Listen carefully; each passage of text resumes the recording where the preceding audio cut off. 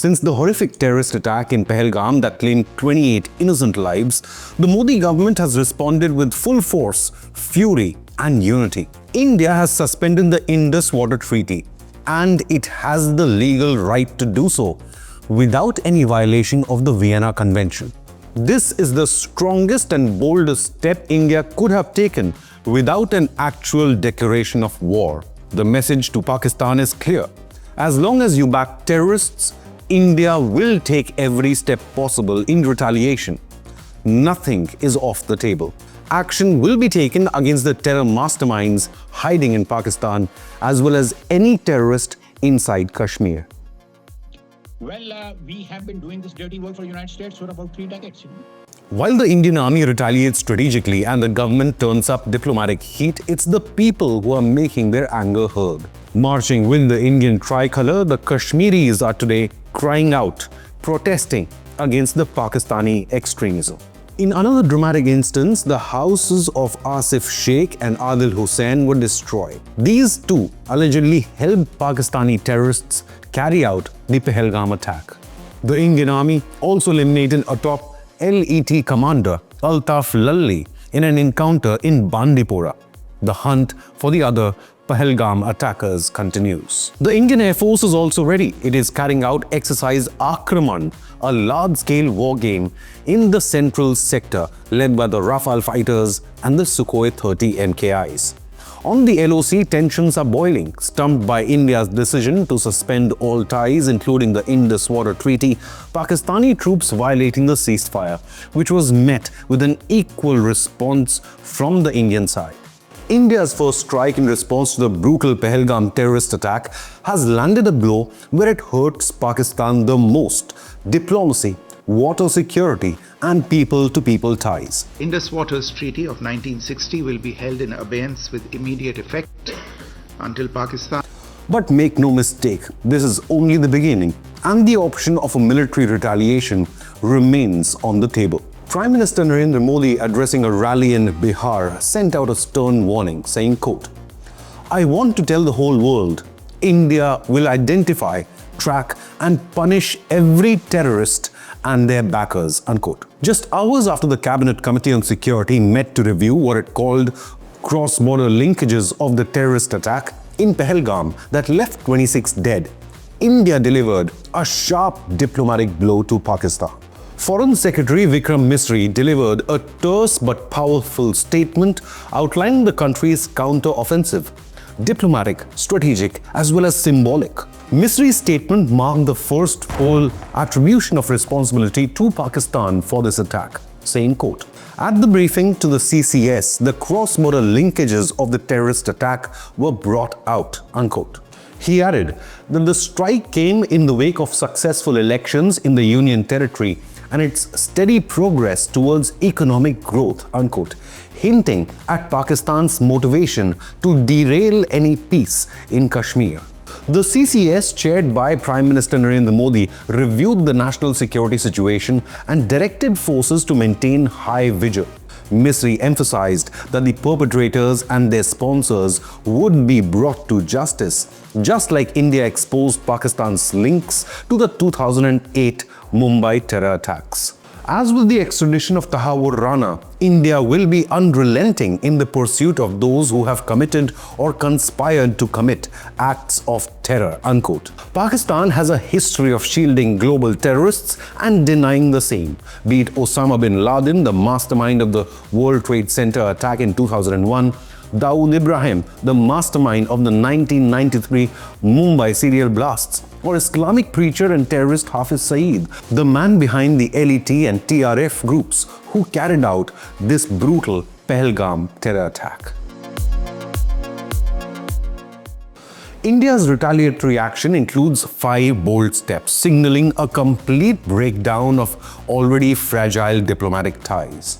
First, suspension of the Indus Water Treaty. The 1960 treaty, once hailed as a rare example of cooperation, will be held in abeyance with immediate effect. Misri stated that this will remain in force until Pakistan credibly abjures its support for cross-border terrorism. A rattled Pakistan vehemently rejected India's decision, even calling the Indus Water Treaty suspension an act of war. Islamabad is forgetting that it has already committed multiple acts of war against India, including Pahalgam, Pulwama, the Parliament attack, or the Mumbai terror attack, for which Islamabad's role was established on the global stage. Suspending the Indus Water Treaty is India's legal right if Pakistan doesn't abandon state-sponsored terror, and Islamabad can do nothing about it. Former Indus Waters Commissioner P.K. Saxena said India can invoke Article 62 of the Vienna Convention on the Law of Treaties, which allows exit from any agreement when the original conditions under which it was signed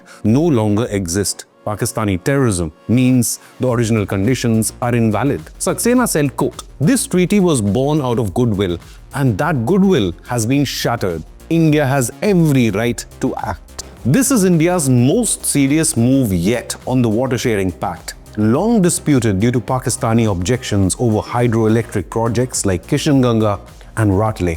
Closure of the Atari border checkpost. The integrated checkpost at Atari, a symbolic link between the two nations, will be shut down. Pakistani citizens with valid endorsements have until the 1st of May to return via the same route. This effectively severs one of the few remaining people-to-people contact points. Revocation of the SAARC visa exemption scheme.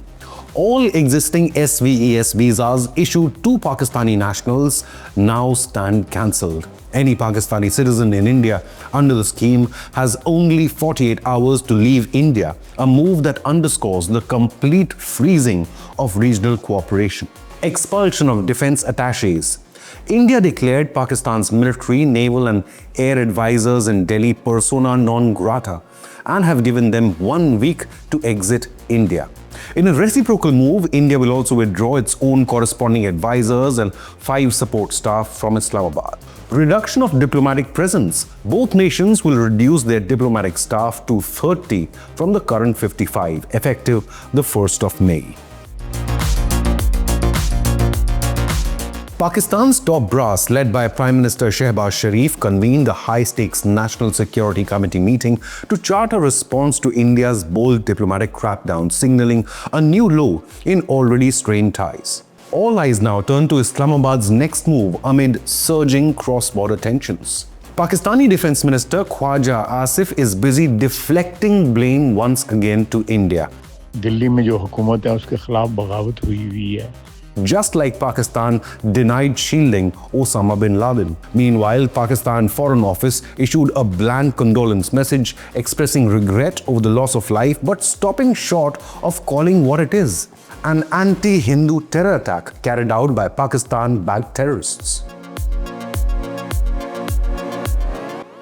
The current standoff echoes the 2019 Pulwama incident when India responded to the killing of 40 CRPF personnel by revoking Pakistan's most favored nation status and then launching airstrikes on terror factories inside Pakistan. The Pahalgam attack could again recalibrate India-Pakistan relations towards prolonged hostility. As the nation mourns the victims and security forces continue operations in Kashmir, India's posture is clear. It will no longer allow diplomacy to shield terror.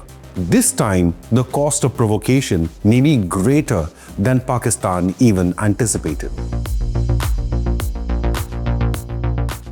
A day after the horrific Pahalgam attack, the Indian Army thwarted another major terror bid along the line of control in Baramullah's Uri sector. During Operation Tikka, alert Indian troops detected and then intercepted 2 to 3 terrorists attempting to infiltrate through the Sarjeevan area of Uri Nala. A fierce gun battle ensued, resulting in the elimination of 2 terrorists. The army recovered weapons and warlike stores, with combing operations still underway. The Chinar Corps posted on X confirming the infiltration attempt was foiled with swift action. This comes as Jammu and Kashmir remains on high alert. Kashmiris declared shutdowns and held marches in solidarity with the victims of the Pahalgam terror attack. Anti-Pakistan and anti-terror sentiment is an all-time high in Kashmir. Candlelight vigils and protests were held in Srinagar, Baramulla, Jammu and other districts as the nation mourns the victims and demands justice. The latest Pakistan-backed terror attack targeting unarmed Hindu tourists has triggered massive security response from India. Public outrage across the country is growing and pressure is mounting on the Modi government to take decisive action to cripple Pakistan's ability to ever threaten India again. Leave a comment with your opinion, hit the like button